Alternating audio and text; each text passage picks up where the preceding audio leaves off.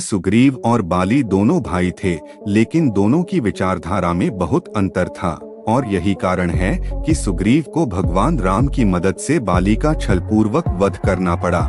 लेकिन क्या आप जानते हैं कि बाली में इतना वेग था कि सूर्योदय होने से पूर्व पश्चिम तट से पूर्व समुद्र तक और दक्षिण समुद्र से उत्तर समुद्र के किनारे तक घूम आता था। उसमें उड़ने की शक्ति भी थी। वह रोजाना सूर्य देव की उपासना करता था। वह गदा और मल्ल युद्ध में पारंगत था। जनमानस में यह किंवदंतियां हैं कि बाली को ऐसा वरदान था कि जो योद्धा उस पर सामने से वार करता, उसका बल उसमें आ जाता। बाली महाबलशाली था, लेकिन उसमें साम्राज्य विस्तार की भावना नहीं थी। उसने 1000 हाथियों जितने बलशाली दुंदुभी नामक असुर को मारा, फिर मायावी असुर का भी महीनों तक सामना कर एक गुफा में वध कर दिया। लेकिन बाली ने सुग्रीव को अपने लौटने तक गुफा की रक्षा करने का आदेश दिया। उनके भयंकर युद्ध की आवाज सुग्रीव के कानों में गूंजती रही और वह लगभग 1 महीने तक प्रतीक्षा करता रहा, लेकिन उनमें से कोई भी बाहर नहीं आया। इसलिए उसने सोचा कि बाली मारा गया है। दुख से व्याकुल होकर वह लौट आया और किष्किंधा का राजा बन गया। परंतु एक दिन बाली वापस लौटा और उसे लगा कि सुग्रीव ने उसके साथ विश्वासघात किया है। क्रोधित होकर और अधिक शक्तिशाली होकर उसने सुग्रीव और उसके साथियों को परास्त कर दिया।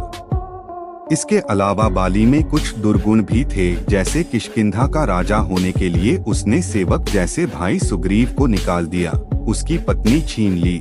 इसके बाद जब सुग्रीव ने अपमान का बदला लेने की कोशिश की तो बाली उसे मार डालने को आमादा हो गया। इसी वजह से श्री राम ने उसका वध किया।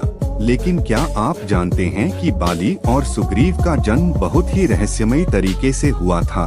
तो चलिए जानते हैं ये दिलचस्प प्रसंग।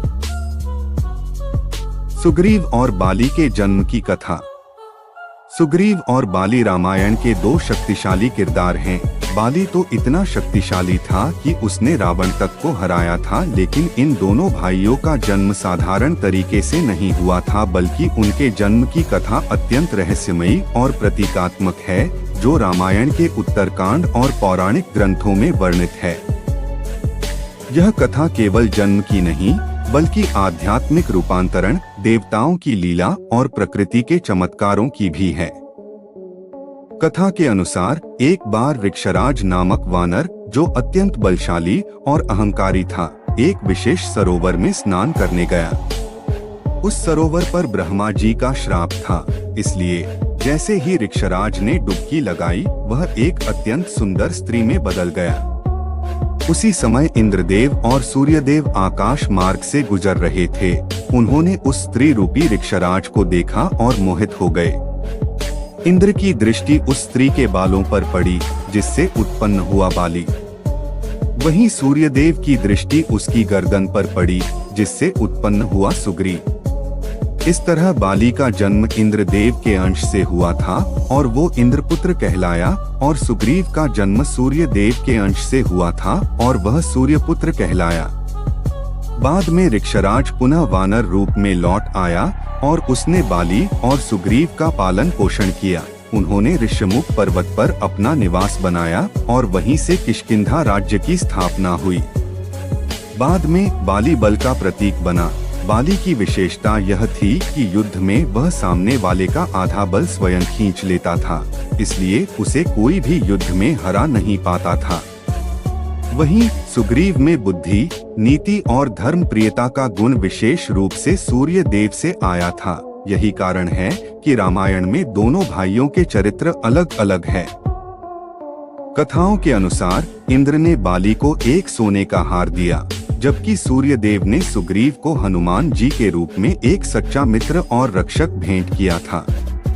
कथाओं में यह भी बताया गया है कि ऋषि कश्यप और उनकी पत्नी अरुणा ने वानर जाति की उत्पत्ति की थी और इन्हीं से वानरों की कई शाखाएं आगे बढ़ी। बाली का वध। सुग्रीव स्वभाव से दयालु वानर थे। वे अपने मित्रों नल, नील, जाम्बवंत और मारुति के साथ रहते थे। मारुति या हनुमान उनके प्रिय मित्र और सेनापति थे। जो बहुत शक्तिशाली और बुद्धिमान वानर थे। मारुति, जिसका अर्थ है शक्ति का रक्षक, वो वायु देव के पुत्र थे। उनकी माता अंजना स्वर्ग में देवदूत थीं। वे सभी ऋषिमुख पर्वत पर सुरक्षित रूप से रहते थे, क्योंकि बाली पर लगे श्राप के कारण वह इस स्थान तक नहीं पहुंच सकता था। एक बार राम और लक्ष्मण राम की पत्नी सीता की खोज करते हुए ऋषिमुख पर्वत पर पहुँचे। उसके बाद राम ने सुग्रीव और उनके साथियों को अपनी पूरी कहानी सुनाई।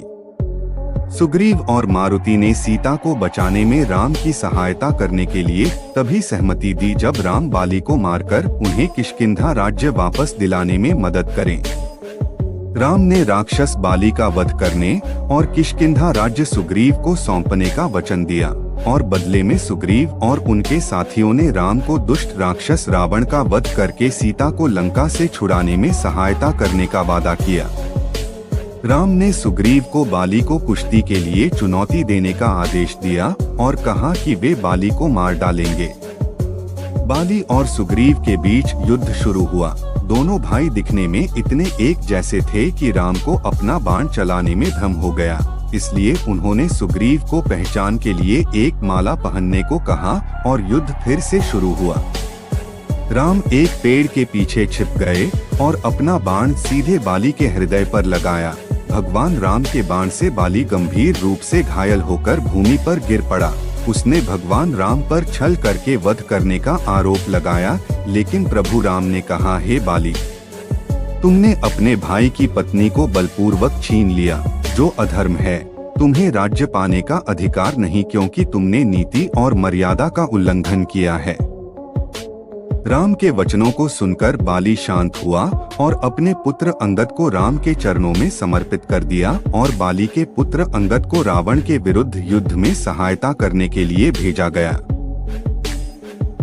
श्री राम ने बाली का वध करने के बाद किष्किंधा सुग्रीव को दे दिया, जिसने माता सीता को खोजने के लिए वानर सेनाओं को चारों दिशाओं में भेजा।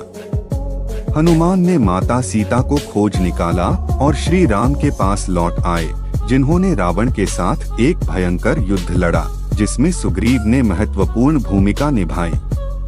कुंभकर्ण ने वानर सेना पर बहुत अत्याचार किया। जब उसने सुग्रीव को पकड़ा तो कुंभकर्ण के कान और नाक कट गए, और फिर उसने वानर योद्धाओं को पकड़ लिया और श्री राम ने बाणों से उसके हाथ काट दिए। युद्ध के बाद जब राम और अन्य अयोध्या लौटे तो सुग्रीव भी उनके साथ गए। इसके अलावा सुग्रीव ने श्री राम द्वारा संपन्न अश्वमेध यज्ञ में भाग लिया। यज्ञ संपन्न होने पर सुग्रीव किष्किंधा लौट गए। तो दोस्तों, मुझे नहीं पता ये वीडियो आपको कैसी लगी होगी, लेकिन आशा करता हूँ कि ये वीडियो आपको अच्छी लगी हो। आपके सवालों का जो जवाब है आपको मिल गया हो, आप जो जानना चाहते हो वो भी आपके सामने आया हो।